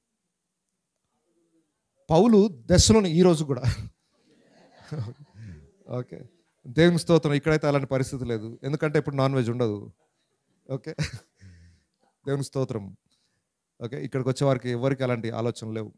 కానీ అనేక చోట్ల పాస్టర్స్ మీటింగ్ అంటేనే దేనికోసం? అయితే పౌలు స్పెషలీ కొరింథీ సంఘానికి వెళ్ళినప్పుడు కానీ, దెస్సలోనిక సంఘానికి వెళ్ళినప్పుడు కానీ ఒక్క రూపాయి కూడా వాళ్ళతో ఖర్చు పెట్టించలేదు. ఎందుకంటే పౌలు మీద ఒక అబద్ధ సాక్ష్యం పెట్టారు వాళ్ళు. పౌలు డబ్బు కోసమే వస్తున్నాడు, మీ నుండి ఏదో లాభాపేక్షతోటే వస్తున్నాడు అన్న మాటని, అది తప్పు అని ప్రూవ్ చేయడానికి కొన్ని ప్రాంతాలలో ఒక్క రూపాయి కూడా వారి దగ్గర పెట్టనివ్వలేదు. భోజనం కూడా చేయలేదు వాళ్ళ దగ్గర ఉచితంగా. ఒకవేళ ఏదైనా మీటింగ్ అయింది, ఇక్కడ భోజనాలు పెట్టాలంటే ఆయన ఖర్చు పెట్టి భోజనాలు పెట్టించేవాడు అన్నమాట. మీలో ఎవనికి నేను భారముగా, పౌలు కోసం మేము రూపాయి ఖర్చు పెట్టాం అనే బాధ రాకుండా చేశాడట. అధికారం లెక్క కాదు, నిజానికి లెక్క ప్రకారం చేయాలి విశ్వాసులు. కానీ ఇక్కడున్న వారు రేపు నన్ను గురించి చెడ్డ సాక్ష్యం పలకకుండా ఉండాలని ఈ మాట కొరింథీ పత్రికలో రాస్తాడు. కొరింథీ పత్రికలో నన్ను గురించి ఇలా అనుకుంటున్నారు, కానీ నేను మీ మధ్య ఎలా జీవించానో మీకు తెలుసు. పౌలు వచ్చింది ఏదో ధనాపేక్షతోటో, మీరు తెలుసా వచనం గుర్తుందా? కొరింథీ పత్రిక ధ్యానించాము మనం, ఇంకా రాలేదు అక్కడికి, కొరింథీకి వెళ్ళలేదు కదా మనం. 2 కొరింథీ 12వ అధ్యాయం 15వ వచనం 14వ వచనం చూడండి. ఇదిగో ఈ 3వసారి మీ యొద్దకు వచ్చుటకు సిద్ధముగా ఉన్నాను. ఉమ్. వచ్చినప్పుడు మీకు భారముగా ఉండను. ఆ, మీ సొత్తును కాదు, మిమ్మునే కోరుచున్నాను. ఏం కోరుచున్నాడు? నాకు మీ డబ్బు అక్కర్లేదు. ఏం కావాలి నాకు? మీరు కావాలి. మీరు కావాలి. ఈరోజు పాస్టర్ వస్తున్నాడనంటే విశ్వాసులకు ఏమర్థమవుతుంది? మా అయ్యగారు వస్తున్నారా, 100 రూపాయలు వెతుక్కుంటుంటారు అంటే వాళ్ళ మైండ్లో అట్లా రావద్దు. సరే, సేవకునికి ఇవ్వాలి అనేది మంచి ఆలోచనే, కానీ అరే ఈయన వచ్చిండంటే మాకు డబ్బు కోసమే వస్తాడు అనే ఆలోచన మాత్రం ఎట్టి పరిస్థితుల్లో, ఈయన మా ఆత్మల క్షేమం కొరకు వస్తున్నాడు అనే ఫీలింగ్ వాళ్ళకి రావాలి. ఓకే, సో ఇక్కడ పౌలు అంటున్నాడు, నేను మిమ్మల్ని మీ సొత్తుని కాదు మిమ్మల్నే కోరుచున్నాను. పిల్లలు తల్లిదండ్రుల కొరకు కాదు, ఆ, తల్లిదండ్రులే పిల్లల కొరకు ఆస్తి కూర్చదగినది కదా. ఆ, కాబట్టి నాకు కలిగినది యావత్తు మీ ఆత్మల కొరకు బహు సంతోషముగా వ్యయపరిచెదను. ఆ. నన్నును నేను వ్యయపరుచుకొందును. నాకు కలిగిందంతా మీకోసం నేను ఖర్చు పెడుతున్నాను. ఇదే అందరు కలిసి పాస్టర్కి పెట్టాలి, కానీ ఈయనేం చేస్తున్నాడు? నాకు కలిగినదంతా నేను మీకు ఖర్చు పెట్టాను. అంటే కొరింథీ, స్పెషల్లీ కొరింథీ సంఘము, దెసలోనికా సంఘంలో ఒక సమస్య ఉంది. పౌలు మీ సొత్తును ఎత్తుకొని పోవడానికి వస్తున్నాడు అనే ముద్ర వేశారు. అది తప్పు అని ప్రూవ్ చేయడానికి వాళ్ళ దగ్గర ₹1 తీసుకోలేదు. అవసరమైతే భోజనాలు ఏర్పాటు చేయాలనుకోండి, ఏం చేసేవాడు? ఆయన డబ్బే పెట్టేసి భోజనాలు పెట్టేసి తినేవాడు. అంటే ఒక్క పూట కూడా ఇతరులు చేసిన భోజనాన్ని కూడా ఆయన తినలేదన్నమాట. అంటే తన స్టాండర్డ్స్ని ఎట్లా కాపాడుకున్నాడు చూడండి. అన్ని చోట్ల ఇలా సెట్ కాదు. భోజనం పెడితే మేము తినము, మేము మా పైసలు పెడితేనే తింటాం అనకండి ఎప్పుడు. పౌలు గారు ఇట్లా చెప్పారు కాబట్టి అని అక్కడ కాన్సెప్ట్ని అర్థం చేసుకోవాలి. ఏంటి ఆయన ఇంటెన్షన్ ఏంటి? ఎక్కడ తినలేదా భోజనం అంటే? అన్ని చాలా ప్లేసెస్లో తిన్నాడు ఆయన భోజనం. ఎన్నో స్థలాలు ఆయన ఆహ్వానించారు, భోజనం పెట్టారు. కానీ స్పెషల్ ఇక్కడ ఎందుకు అనంటే, ఇక్కడ వాళ్ళ మనసులలో ఒక సేవకుని మీద ఉన్న అభిప్రాయాన్ని తొలగించాలని. సరే, ఇక్కడ ఏమన్నాడు ఇంకా? నేను మిమ్మల్ని ఎంత ఎక్కువగా ప్రేమించుచున్నానో అంత తక్కువగా మీరు నన్ను ప్రేమింతురా. అది అలాగుండనీయుడి. నేను మీకు భారముగా ఉండలేదు గాని యుక్తి గలవాడనై మిమ్మల్ని తంత్రము చేత పట్టుకొంటినని చెప్పెదురేమో. ఆల్రెడీ ఈయన గురించి ఒక టాక్ నడుస్తుంది. ఆయన ఏం డబ్బులు ఎప్పుడు అడగలేదు, కానీ కొంచెం యుక్తిగా వెనక నుండి ట్రై చేస్తున్నాడు. పైకి స్టేజ్ మీద ఏం మాట్లాడట్లేదు, కానీ లోపల మాత్రం ఇంటెన్షన్ ఉన్నది అనుకుంటారేమో. నేను మీ యొద్దకు పంపిన వారిలో ఎవరి వలనైనను మిమ్మల్ని మోసపుచ్చి అర్జించుకొంటినా మీ యొద్దకు వెళ్ళుటకు తీతును హెచ్చరించి అతనితో కూడా ఒక సహోదరుని పంపితిని. తీతు మిమ్మల్ని మోసపుచ్చి ఏమైనా ఆర్జించుకుని. ఆగండి సార్, పెద్ద సార్ అడగడు, కానీ పక్కన అసిస్టెంట్లు అడుగుతారు. అసిస్టెంట్లతో చాలా జాగ్రత్తగా ఉండాలా. ఓకే, నా దగ్గర మంచి వాళ్ళు ఉన్నారు అట్లా. ఎప్పుడన్నా ఏదైనా అడిగితే చెప్పండి నాకు. అడగరు అసలు. అడిగితే నాకు చెప్పండి. ఎంత క్లారిటీ ఉన్నాడో పౌలు చూడండి. నేనేం ఎక్స్పెక్ట్ చేయలేదు. ఒకవేళ మీరు అనుకోవచ్చేమో, ఈయన ఏం చేయడు కానీ పక్కన వాళ్ళు అన్నీ చేస్తారు సార్. ఈయన చేయాలనుకున్నంత ఎవరితో చేయిస్తాడు? అట్లాంటి ఛాన్స్ కూడా ఇవ్వలేదు పౌలు. నేనైనను తీతైనను ఒక్క ఆత్మ చేత నడిపింపబడలేదా? నాలో ఏ భారం ఉందో నా శిష్యులలో కూడా అదే భారం. నేను ఎవరి దగ్గర ఒక సొత్తును ఆశించలేదు, నాతో ఉన్నవారు కూడా ఎవరి దగ్గర. ఈ రోజుల్లో పరిస్థితి ఎంత తీవ్ర స్థాయిలో ఉందంటే, అయ్యగారి దగ్గర పోతే అసిస్టెంట్ని కలవండి అంటాడు.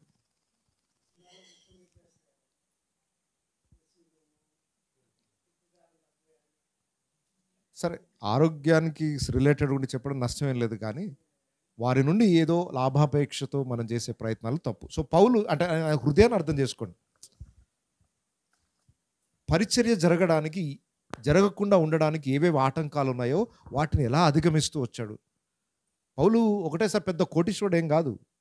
అన్ని దగ్గర డబ్బు ఉంది, మీరు ₹1 నాకు ఇవ్వాల్సిన అవసరం లేదు కాదు. పౌలుకి సహాయపడ్డ వాళ్ళు ఉన్నారు.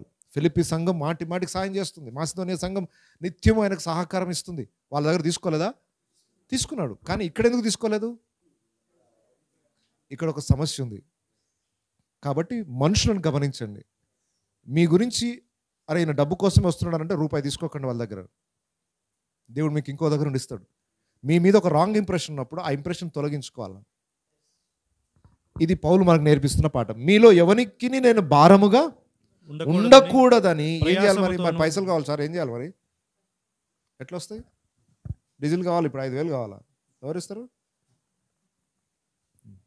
ఎవరిస్తారండి? వేరుగా అమెరికాకి తెచ్చుకోలే. పెద్ద సంచి పట్టుకొచ్చాడు సునీల్ అని. పోగానే ఇస్తారు మనకి, అంతే. కరెక్టే. మీలో ఎవనికి నేను భారముగా ఉండకుండానట్లు ప్రయాసముతోను కష్టముతోను ఆ, రాత్రింబగళ్ళు పని చేయుచు ఆ. జీవనము చేసితిమి. ఇది పౌలు యొక్క కాన్సెప్ట్.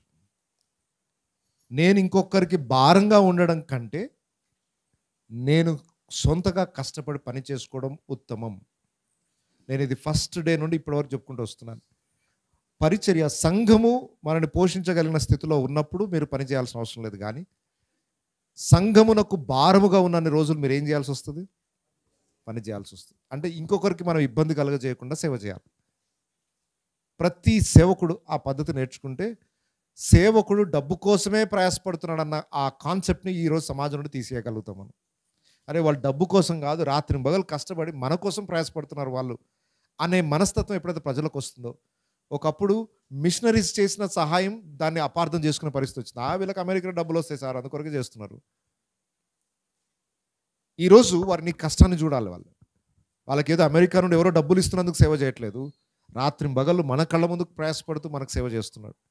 ఎప్పుడైతే ప్రజలు నీ హృదయాన్ని గ్రహిస్తారో అప్పుడు వెంబడిస్తారు. నీ గురించి తప్పు అభిప్రాయం ఉన్నంత వరకు నేను వెంబడించరు.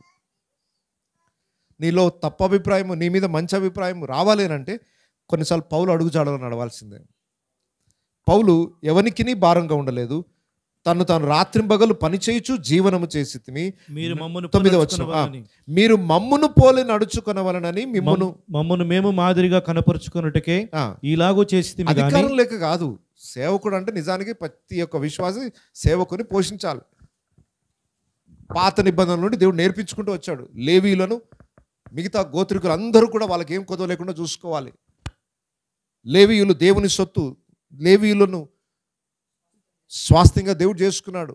వారికి ఏది కొదవ లేకుండా ప్రతి పౌరుడు, ఇజ్రాయేలీయుడు చూసుకోవాలి.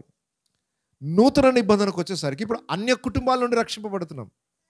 మీరు యేసు ప్రభు బోధన కూడా బాగా గమనించండి. ఒక సమయంలో అన్నాడు, మిమ్మల్ని సువార్త కొరకు పంపిస్తున్నాను, ఎక్స్ట్రా ఏం తీసుకెళ్ళకండి, సంచులు ఏం పట్టుకోకండి, ఎక్స్ట్రా బట్టలు ఏం అక్కర్లేదు, ఎక్స్ట్రా చెప్పులు ఏం అక్కర్లేదు, ఏం ఎక్స్ట్రా మీరు వెళ్ళండి నేను చూసుకుంటా అన్నాడా? ఇంకొకసారి అన్నాడు, వెళ్ళేటప్పుడు అన్నీ తీసుకోబడి. ఎందుకు మాట మార్చేశాడు దేవుడు? ఒకసారి వెళ్ళేటప్పుడు అన్నీ ఏం తీసుకెళ్ళొద్దు అన్నాడు, నేను చూసుకుంటా అక్కడ. ఇంకొకసారి వెళ్ళమన్నప్పుడు ఏం ఎక్స్పెక్ట్ చేయకండి, వెంట తీసుకెళ్ళండి. ఏంటి తేడా? ఇంత ముందుకు వెళ్ళమన్నప్పుడు ఎవరి మధ్యలోకి వెళ్ళమన్నాడు? నశించిన ఇజ్రాయేల్ యుద్ధకు మాత్రమే వెళ్ళండి. ఎందుకు? వాళ్ళకి తెలుసు సబ్జెక్టు. ఒక సేవకుడు వస్తే ఏం చేయాలో వాళ్ళకి తెలుసు, వాళ్ళు చూసుకుంటారు. కానీ ఇప్పుడు ఎవరి దగ్గరికి వెళ్తున్నారు మీరు? ఇప్పుడు మన సేవ అంతా ఎవరి మధ్య? కాబట్టి ఏం చేయాలి మరి? ఎవరు సంచి వాళ్ళు రెడీ చేసుకొని పోవాలి. నా సంచి తీసుకోవడానికి వచ్చావు, ఎవరి సంచి వాళ్ళదే.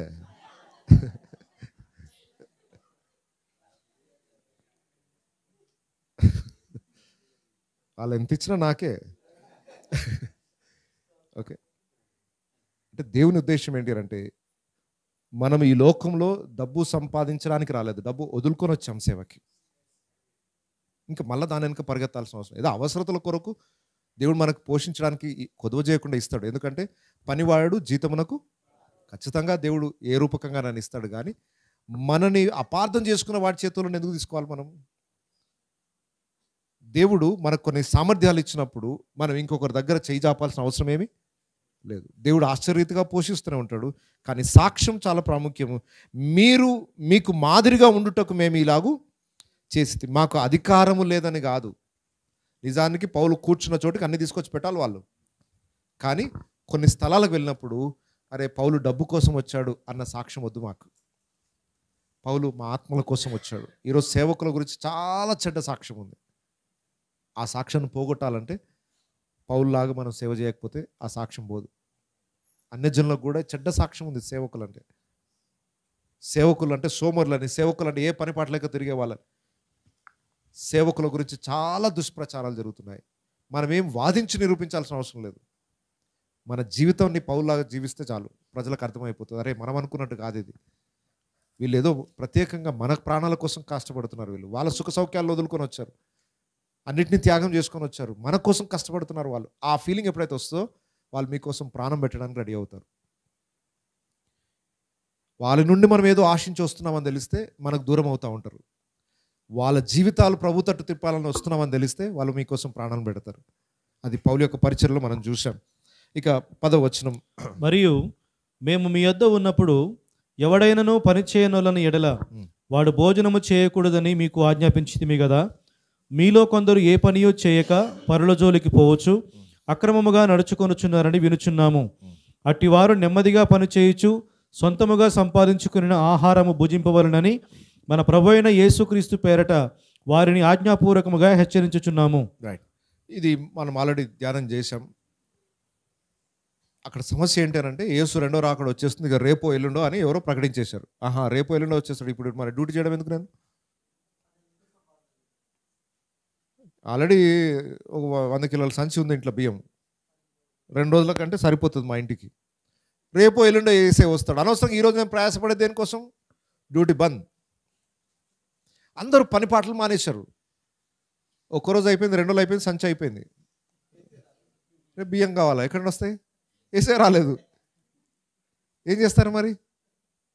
పక్కింటి దగ్గర పోయారు, నీ సంచి రేపు ఎల్లుండో వేసే వస్తాడు, ఏం చేసుకుంటావు సంచి అని చెప్పి దౌర్జన్యంగా తెచ్చుకుంటారు అన్నమాట. పరుల జోలికి వెళుచున్నారు. బ్రతిమలాడడం కాదు, డిమాండ్ చేస్తున్నారు. రేపు చస్తావు, ఎవరికి ఇస్తావు? ఇవి చచ్చిపోయినట్టు తీసుకెళ్తావు, ఇవన్నీ తీసుకురా. ఇంకొకరి దగ్గర వారి స్వాస్థ్యాన్ని, వారి సంపాదనని దోచుకునే ప్రయత్నం చేస్తున్నారు.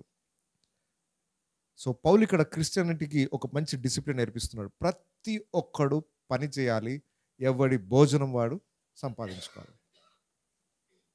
ఏమంటారు? వద్దా? వద్దా? తప్పంటారా? ప్రతి ఒక్కడు ఎవరి భోజనం కోసం వారే. సరే, వ్యాధిగ్రస్తుడై లేవలేని, పని చేయలేని పరిస్థితుల్లో ఉంటే ఇంకొకరి మీద ఆధారపడవచ్చు. అది దేవుడు నీకు సేవా పరిచర్య అప్పగిస్తే ఆ సేవ చేయి. ఖచ్చితంగా రోజు కూలి పని చేస్తున్నావా లేదా? మరి ఇప్పుడు సంపూర్ణ సేవకు దేవుడు ఎవరైనా పిలిచాడు అనుకోండి, మరి డైలీ చేస్తున్నావా లేదా ఆయన సేవ? 8 గంటల పరిచర్య చేయాలి. నువ్వు చేయకుండా ఎట్లా భోజనం చేస్తావు? అప్పుడు ఆ సేవ చేయకుండా నువ్వు భోజనం చేస్తే నువ్వు పని చేయకుండా భోజనం చేసిన వాడితో సమానం. దేవుడు నిన్ను ఒక పనికి అప్పగించాడనంటే మరి ఆ పని చేయకుండా ఎట్లా భోజనం చేస్తావు? ఆ మనసాక్షి ఉండాలి మనకి. ఈరోజు నేను ఏం పని చేశాను దేవుని కోసం? ఎవరి కోసము ఈరోజు ఉండి ఉపవాసం ఉండి ప్రార్థన చేశాను, లేదా ఎవరికి సువార్త చెప్పాను, ఎక్కడ పరిచర్య చేశాను, ఏమి ఈరోజు నేను చేసిన పని ఏంటి? భోజనం చేయడానికి నాకు హక్కు ఏముంది? ప్రతి క్రైస్తవుడు పని చేయని క్రైస్తవుడు అంటూ ఉండొద్దండి దయచేసి.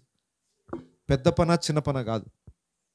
అమెరికాలో నాకు బాగా నచ్చింది ఒకటి ఉంది, ఏంటంటే వర్క్ డిగ్నిటీ అని అంటారు. పని, ఏ పని చేసినా నీకు మర్యాద ఇస్తారు. అక్కడ వాష్రూమ్స్ క్లీన్ చేసిన వాడికి ఏం రెస్పెక్ట్ ఉంటుందో ఒక పై ఆఫీసర్ కూడా అదే రెస్పెక్ట్ ఉంటుంది. ఇది చిన్న పని, ఇది పెద్ద పని అనే మాట ఉండదు అమెరికాలో. మీరు ఏ పనైనా చేయొచ్చు. అరే వాడు చాలా పెద్ద ఆఫీసర్స్ అట్లాంటివి ఏముండవు. నువ్వు అప్పుడే వాష్రూమ్స్ క్లీన్ చేసినా నీకు రెస్పెక్ట్ ఇస్తారు. నీకు ఇవ్వాల్సిన రెస్పెక్ట్ నీకు ఇస్తారు. అందుకొరకే అక్కడ ఏ పని చేయడానికి సిగ్గుపడరు. అక్కడ ఏ పని చేయాలన్నా సిగ్గుపడరు. క్రైస్తవులు నేర్చుకోవాలి ఏంటంటే ఖాళీగా మాత్రం ఎవరు కూర్చోవద్దు. ఈవెన్ పిల్లలు చదువుకుంటున్నారంటే చదువు అయిపోగానే ఖాళీగా ఉంచదు. వాళ్ళు మంచి జాబ్స్ దొరికే లోపు కూడా నువ్వు ఏం ఖాళీగా ఉండొద్దు. ఏదో చిన్న పని అయినా చెయ్యి. నీకు 1000 రూపాయలు సంపాదించలేకపోవచ్చు, 10 రూపాయలు సంపాదించే పని చెయ్యి. నీ పూటకు, నీ ఖర్చుకు, నీ జీవితాన్ని, నీ కడుపుకు సరిపడే భోజనం ఖర్చులైనా సంపాదించు. అమెరికాలో అదొక ప్లస్ పాయింట్ ఉంది. 17 ఏళ్ళు దాటినాయంటే వాడు ఖర్చులు వాడు సంపాదించుకోవాల్సిందే. తల్లిదండ్రులు బెటర్. ఇక 17 years క్రాస్ అయిందనంటే వాడికి అయ్యే ప్రతి ఖర్చు, చదువుకోవాలన్నా, హైయర్ డిగ్రీ చదువుకోవాలన్నా పని చేసుకోవాలి, ఫీజు కట్టుకోవాలా, తిండికైనా చేసుకోవాలా, సంపాదించుకోవాలి. అంతేగా, రూపాయి కూడా తల్లిదండ్రులు ఇవ్వరు. ఇక ఒకవేళ ఆ వ్యక్తి తల్లిదండ్రులు ఇంట్లో ఉంటే వారానికి $200 కట్టి ఉండాలి ఇంట్లో. ఫ్రీగా భోజనం చేయదు వాడు. ప్రతి ఒక్కడు ప్రయోజకుడు అవుతాడు. మన దగ్గర మన వాళ్ళు వస్తారు, వాళ్ళు కూడా తింటారు.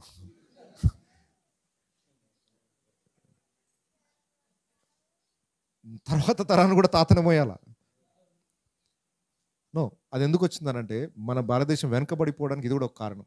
ఇప్పుడు నేను చెప్తున్నా, ఇప్పుడు ఈ ఊర్లోకి ఒక్క రౌండ్ వేయండి, ఎంతమంది ఖాళీకి కూర్చున్నారో మీకు తెలుసు. పని లేదా? ఏ చిన్న పని అయినా దొరకదా?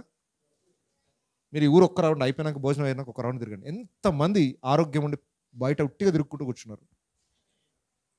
దినమంతా కష్టపడుతుంది, 50 రూపాయలు రావా? 50 రూపాయలు రావా?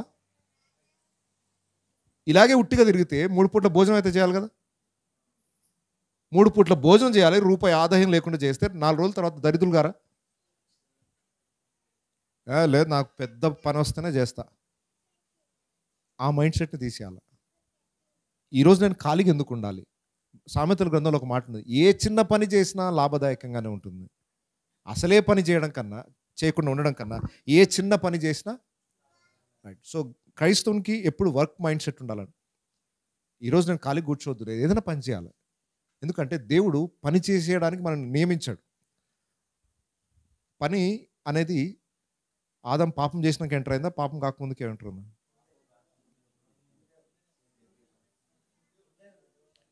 సో దేవుడు ఆశీర్వదించి ఇచ్చిందే పని.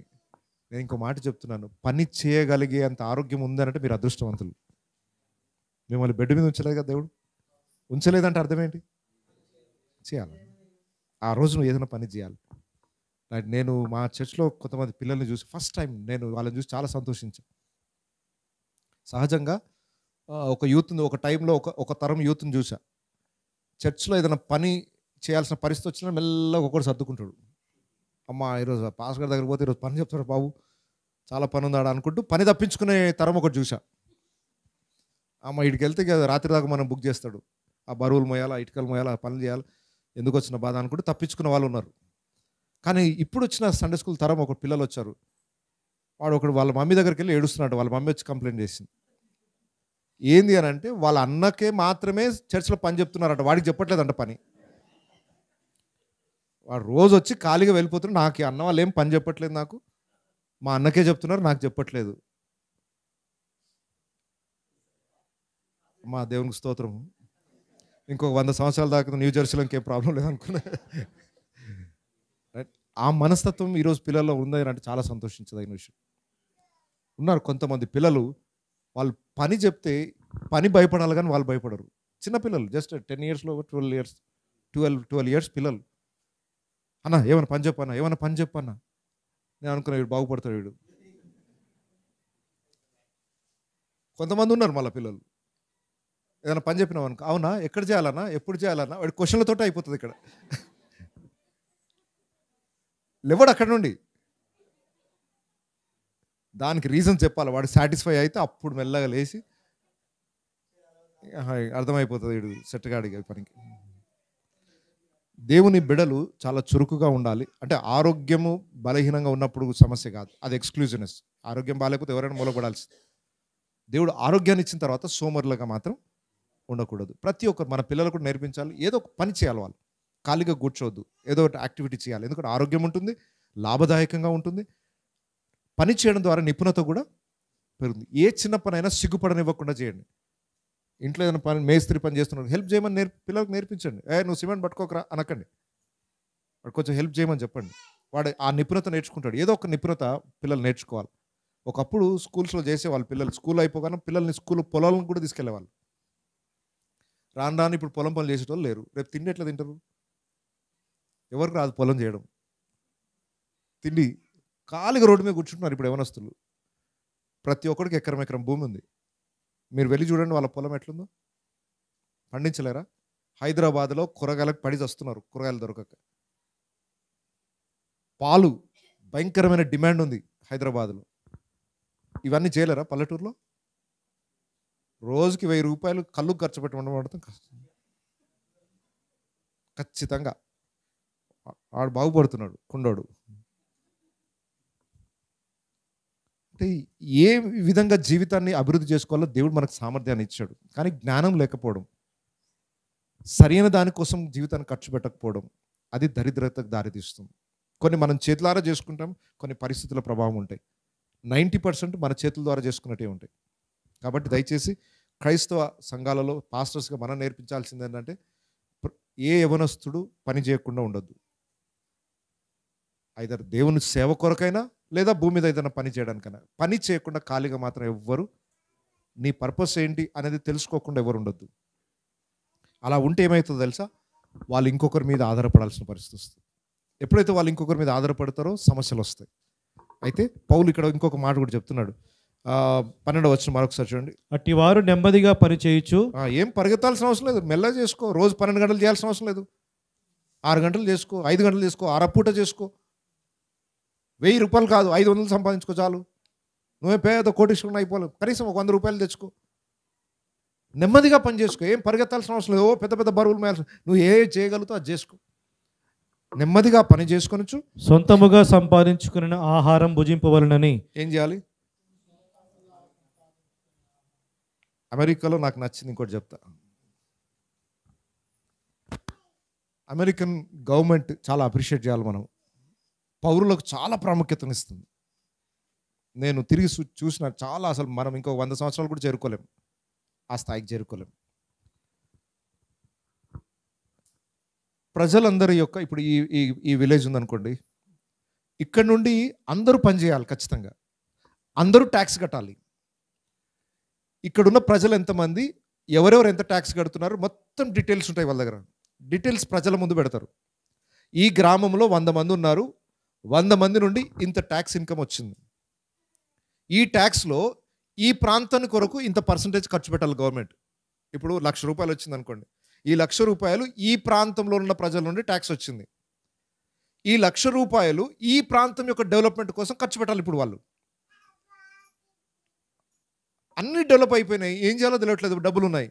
ప్రజలు పిలిచి అడుగుతారట, మీకేం కావాలి చెప్పండి, ఇది మీ డబ్బు, మిమ్మల్ని ఇంకా డెవలప్ చేయడానికి మేము ఏం చేయాలి మీకోసం. స్కూల్ ఫ్రీ, వైద్యం అంటే ఇన్సూరెన్స్ ఉంటుంది, కంపెనీ ఇన్సూరెన్స్లు ఉంటాయి. ఒక వృద్ధాప్య వయసు రాగానే senior citizen government monthly pension scheme ఇస్తుంది. ఇప్పుడు మన వృద్ధుల ఏదో కొంచెం ఇస్తున్నారు కదా, అది అప్పటి నుండి వాళ్ళ గవర్నమెంట్ ఎప్పటి నుండో ఇస్తుంది. వాళ్ళు డబ్బు పోగు చేసుకోవాల్సిన అవసరం లేదు. మనలాగా రేపు కొడుకు చూస్తాడో కూతురు చూస్తాడో భయం సగం మందికి. మూట కట్టుకొని పెడతారు, అదే చూస్తుంది అనుకుంటారు. అది చూడదు, ఇప్పటివరకు అది చూడడం నేను చూడలే. 1,00,000 రూపాయలు పెట్టుకున్నారు, అది వచ్చి చూసింది ఎప్పుడైనా మనిషిని?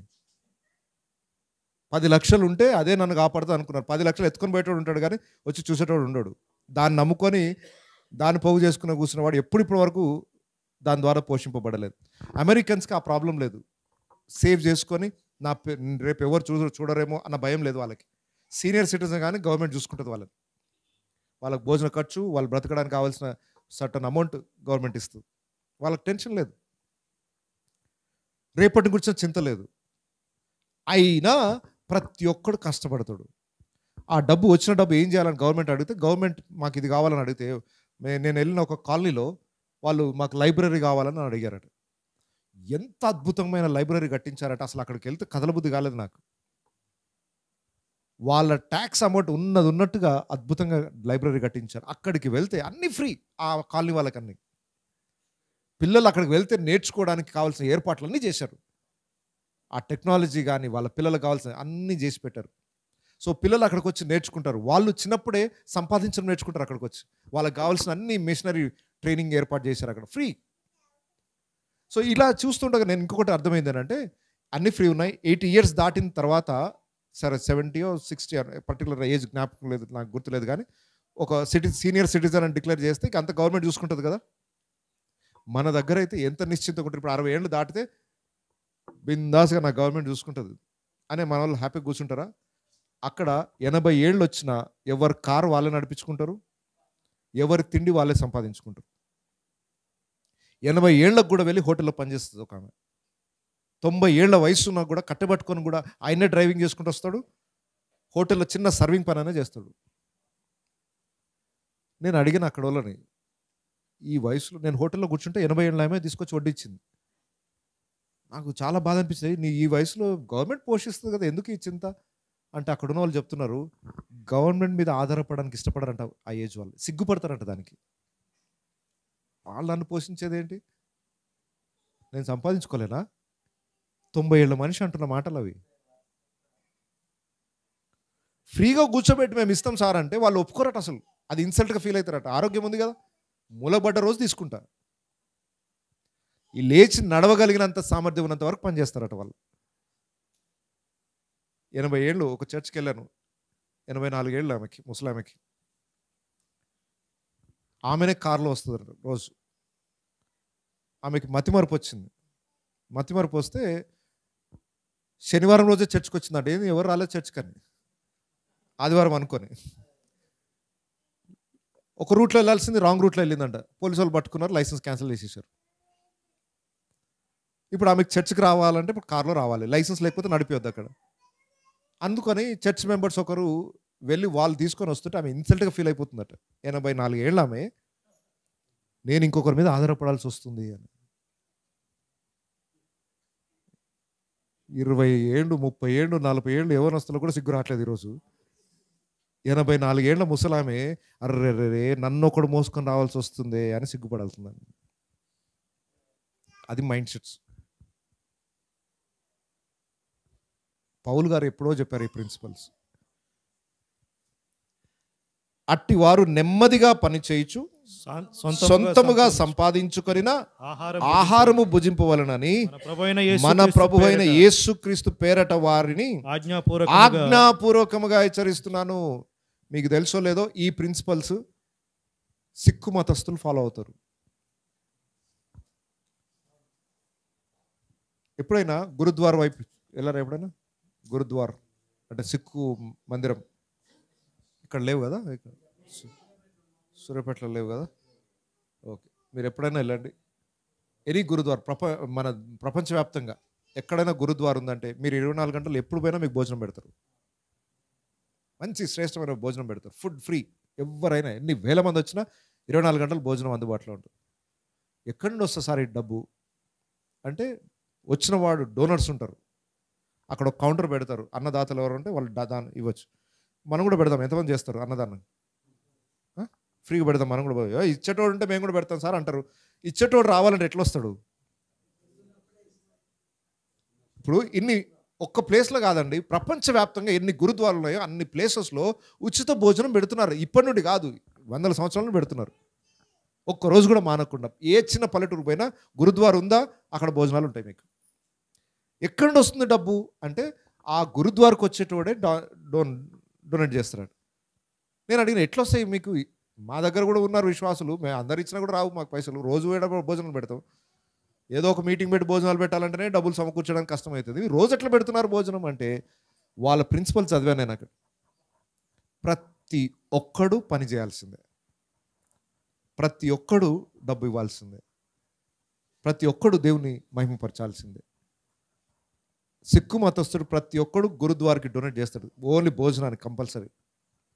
వాడి సంపాదనలో కొంత భాగం ఖచ్చితంగా ఇస్తాడు. నువ్వు సంపాదించకపోతే ఎట్లా ఇస్తావు? కాబట్టి వాడు సంపాదించాలి ఖచ్చితంగా. ఒక సిక్కు మతస్థుడై పని పాట లేకుండా ఖాళీగా ఉంటే వాడు మతాన్ని వెలివేస్తారు. వాడిని వాళ్ళు ఫాలో అవుతున్నారు క్రిస్టియన్ ప్రిన్సిపల్స్. మీకు తెలుసా, ఒక సిక్కు మతస్థుడు ఎక్కడ అడుక్కునే ప్లేస్లో మీకు కనబడ్డాడు? తెలుసా ఈ విషయం? మీరు ఎక్కడైనా వెతకండి, ఒక సిక్కు మతస్థుడు చేయి చాపడం మీరు చూడరు.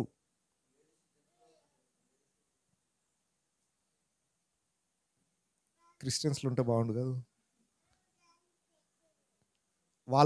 వాళ్ళు భారతదేశంలో ఉన్నారు కదా, వాళ్ళు చిన్న చిన్న గ్రామాల నుండి వచ్చిన వాళ్ళే కదా. వాళ్ళకు ఆర్థిక ఇబ్బందులు ఉన్నాయి, వాళ్ళకు వ్యాధులు ఉన్నాయి. మరి ఎందుకు వాళ్ళ దాంట్లో అడుక్కునే వాళ్ళు లేడు?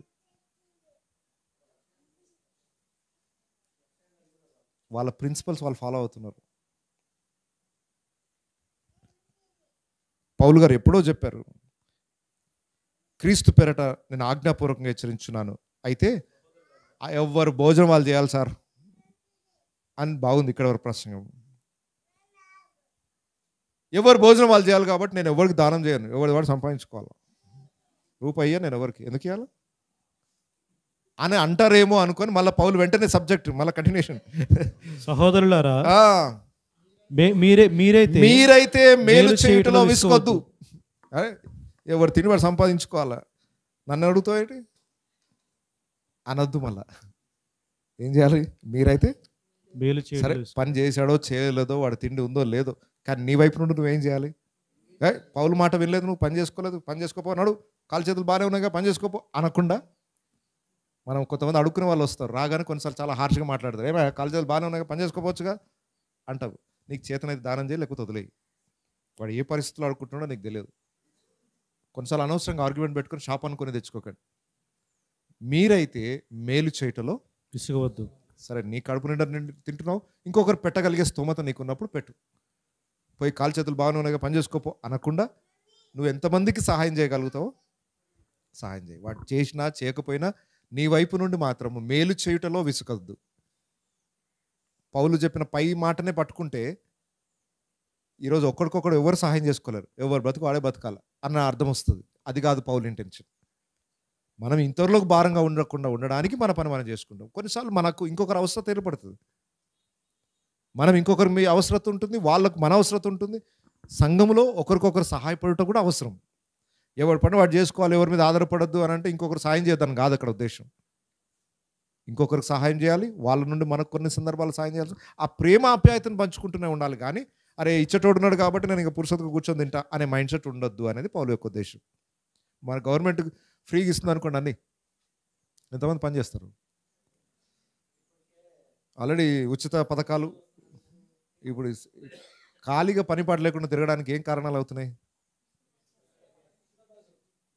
మీకు రైస్ ఇవ్వను, మీ పొలం మీరు పండించుకుందండి, అందరూ పండించుకోరు.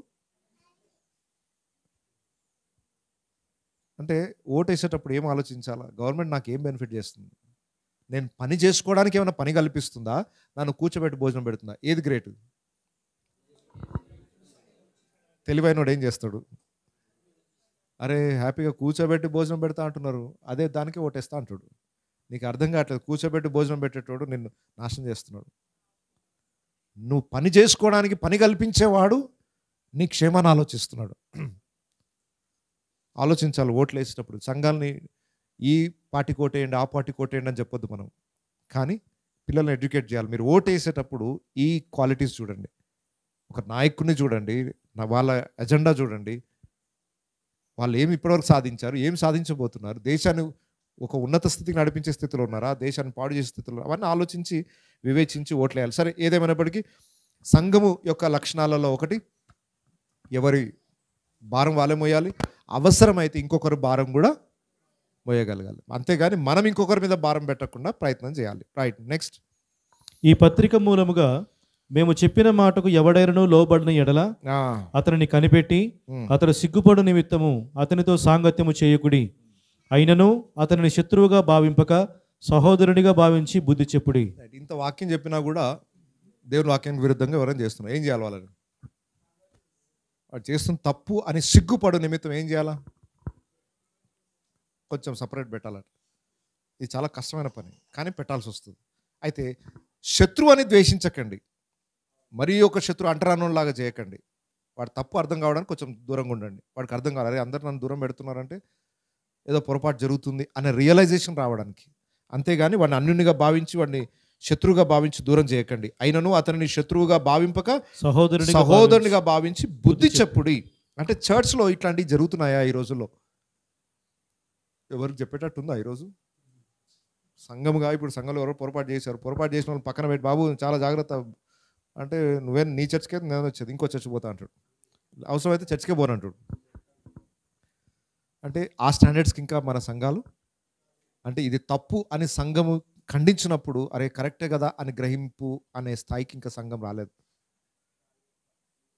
నువ్వేం నన్ను ఖండించేది, నన్ను తప్పు పట్టేది ఏంటి, నువ్వు కాకపోతే ఇంకో దగ్గర పోతా అనే మైండ్ సెట్టే ఉన్నారు. కానీ అరే నన్ను ఎందుకు అంటున్నారు? సంఘం అంతా కలిసి ఈరోజు నేను తప్పు చేస్తున్నట్టు గుర్తించారు, నేను తప్పు చేస్తున్నా కదా అని రియలైజ్ అయ్యి పశ్చాత్తాపం మళ్ళీ బుద్ధి తెచ్చుకొని సంఘంలో అంటుకట్టబడే పరిస్థితి ఆ రోజుల్లో ఉండేది. ఆ రోజు క్షమాపణ అడిగి మళ్ళీ సంఘంలో అంటుకట్టబడేవాళ్ళు. ఈ రోజులో ఆ పరిస్థితి లేదు. అందుకొరకే గద్దించడం తగ్గిపోయింది. ఎప్పుడైతే గద్దించడం తగ్గిపోయిందో ప్రజలు చేస్తున్నదే కరెక్ట్ అనుకునే రోజులు వచ్చేసాయి. అందుకొరకే సంఘంలో నులివెచ్చని స్థితి వచ్చింది. మళ్ళీ ఈ స్టాండర్డ్స్కి రావాలని ప్రార్థన చేద్దాం. దశలోనిక సంఘంలో పౌలు ఏం బోధ నేర్పించాడో ఈరోజు మనకు అవే బోధ కావాలి. అదే స్టాండర్డ్స్లోనికి సంఘాలు ఎదగాలి. లాస్ట్గా పౌలు కొన్ని చివరి మాటలు పలుకుతాడు 16 సమాధానకర్తయగు ఉమ్, ప్రభు తానే ఎల్లప్పుడూ ప్రతి విధము చేతను మీకు సమాధానం అనుగ్రహించును గాక. ప్రభువు మీకందరికీ తోడయుండును గాక. పౌలును నేను నా చేవిరాతతో వందనమని వ్రాయుచున్నాను. ప్రతి పత్రిక యందును అదే గుర్తు. నేను రాయుట ఇలాగే.